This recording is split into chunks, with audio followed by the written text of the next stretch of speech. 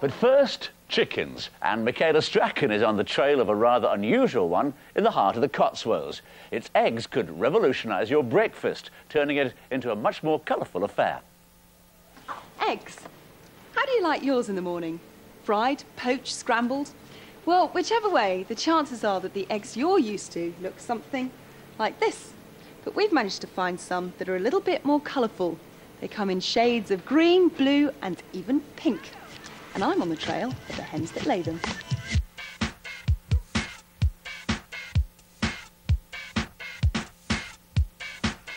It's thought that chickens were the first species of bird to be domesticated, and hens today are descendants of the Indian red jungle fowl that was domesticated as long ago as 4000 BC. By 1400 BC, the Chinese had invented incubators to hatch eggs. But it was the Victorians that made it fashionable to experiment with new breeds. And by the end of the Second World War, poultry genetics had made poultry farming into a highly profitable industry.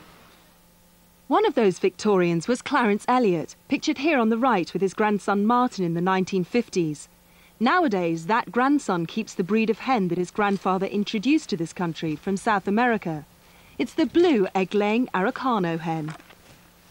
Grandfather had a nursery in Stevenage called Six Hills Nursery, and he was a great introducer of plants to the plant world in those days and went on many plant collecting trips. He then, in 1928, 29 and 30, went on 2 trips to the Falkland Islands in South America. And while he was there to help pay for the trip, he was asked to collect various animals for London Zoo and various other collectors. While looking for these animals for his collectors, he found these chickens, and being particularly fond of chickens, he was intrigued that they laid blue eggs. He thought they were originally duck eggs, but was corrected, and they were chicken eggs.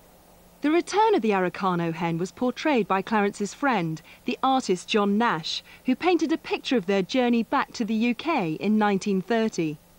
Well, my grandfather, Clarence, left South America in January of 1930, and it would have been quite a long trip, I imagine 2-3 months on this steamer. He had all these animals with him, and he had the 3 chickens and the cockerel. Well, the apocryphal story was that the cockerel damaged its head in the cage, and he had a Chinese cabin boy who didn't speak English very well, and he told the Chinese cabin boy to go and feed the cockerel. The cabin boy misunderstood and went and killed the cockerel. So somewhere during the voyage, he was left with 3 hens, no cockerel. Got back to England, no possibility of breeding them.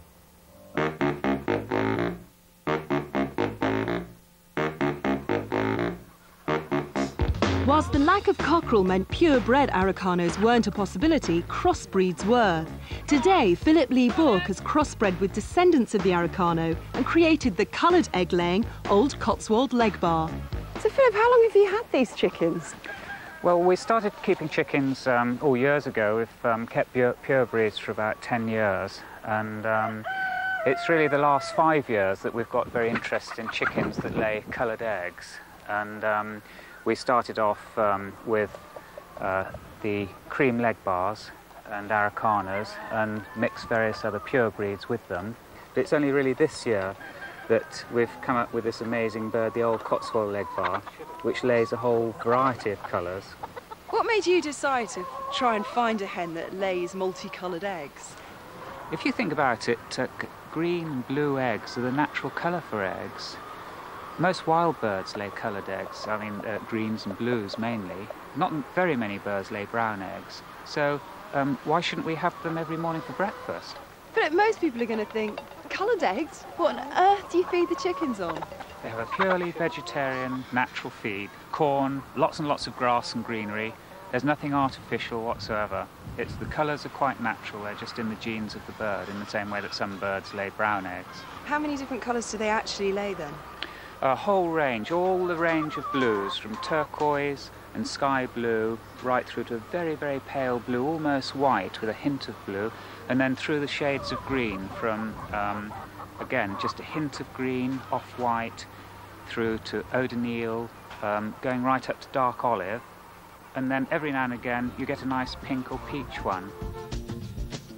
So, in future, this this is how the breakfast scene could go. How would you like your eggs then, madam? Scrambled, fried, boiled, poached or coddled?